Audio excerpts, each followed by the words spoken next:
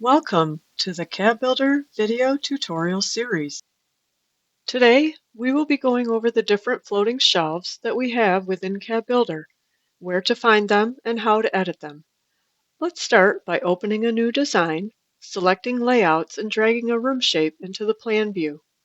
To find the floating shelves, we will start by selecting the Kitchen Cabinet section within the Design toolbar, scroll down in the CAD Builder catalog, and expand the Decorative Accents tab. Once you expand this section, scroll down to the bottom and select Floating Shelf. We can start by selecting an FLS24. Let's go ahead and place it on one of the walls and go to its attributes on the right-hand side of the screen.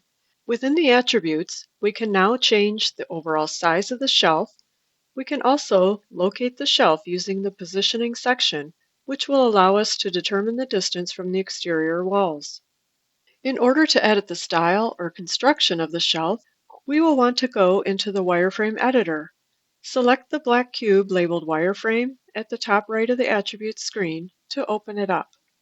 Once you're in the wireframe editor, we will start by clicking on the cabinet SKU or cabinet ID at the top left.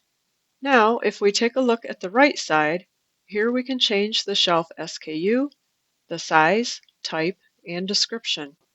Back on the left side, let's select Floating Shelf beneath the SKU, and notice on the right-hand side, you can now choose which type of floating shelf option you would prefer.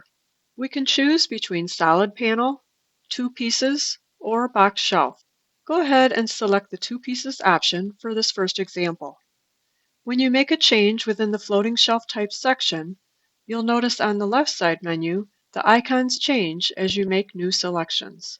This shows you all the items that will be included within that new shelf type, as you can see with floating shelf type assigned to two pieces. We have a box top and a box back section within the left side menu.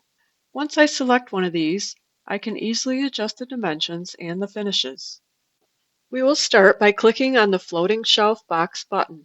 Here we can now view or hide our top and back pieces. If you go down the list and click on Box Top on the left, we can now assign new materials on the right, or we can determine if we want our finished material to face the inside or leave it as is on the outside. Now let's go ahead and click back on the Floating Shelf tab and switch our type from two pieces to box shelf. Take a look at the left side menu in order to see some of our new options. As you can see in the list, we now have all of our box shelf parts, including all the box sides and the inner frame. Now, let's select the Floating Shelf Box tab again and go to the right side menu. With our new selection, we now can enable or disable the different floating shelf box parts individually. After we are done here, back on the left side, we can go down to the Floating Shelf Inner Frame section.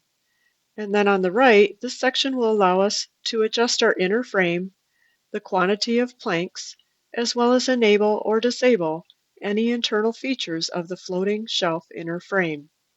Go ahead and click on the plus and minus on the inner frame mid-plank quantity to show some of the editing previews. Now, lastly, let's go back to the Floating Shelf Type section and select Solid Panel. The Solid Panel mode will give you a one-piece floating shelf where you can only change the size, material assignment, and finish face orientation. These are all of the ways to edit the floating shelves within the wireframe mode. If you want to determine the default build of these floating shelves, you'll want to go to your construction methods, navigate to non-cabinet items, then expand the floating shelf section to determine the default setup for your floating shelf construction. Thank you for watching, and we'll see you in the next video. To view additional video tutorials, please visit www.cadbuildersoftware.com/training.